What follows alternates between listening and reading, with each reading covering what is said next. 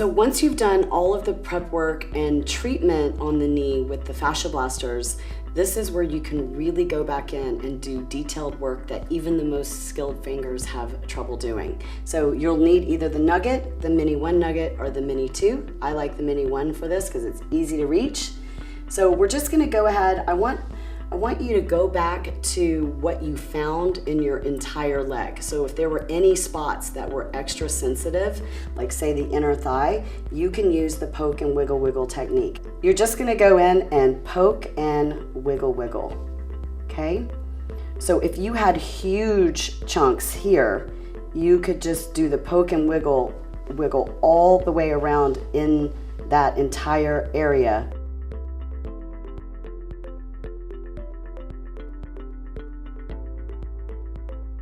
So what we're gonna do is we're just gonna do a 360 of the knee. Again, just doing the poke and wiggle wiggle technique.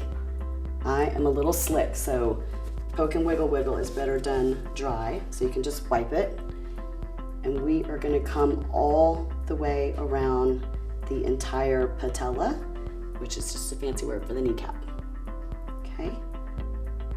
With the poke and wiggle wiggle, again, if you find something that needs more attention, give it some intention. You are going to learn an awful lot about your body. Right this minute, I'm learning that my lateral quad that's going under the patella tendon is extra tight and that I need to go back and poke and wiggle wiggle some more later today. Okay. Also, don't forget, if you were experiencing extra tightness behind the knee, you can just go right in and poke and wiggle wiggle any of those tendons. You can do muscles, tendon, or fascia with the poke and wiggle wiggle technique. Okay, and then last but not least, I really like to get under the patella tendon. So one of these weird myths out there is that the kneecap is not supposed to move, but it is. It's supposed to move down, up, and side to side. So I want you to check yours and make sure that it is able to move. And if it's not, you want to give it, a little tugging and try to get it to move. If it doesn't move, you're going to want to continue to nugget until you can get the freedom of that patella tendon, because we don't want that thing scarred down.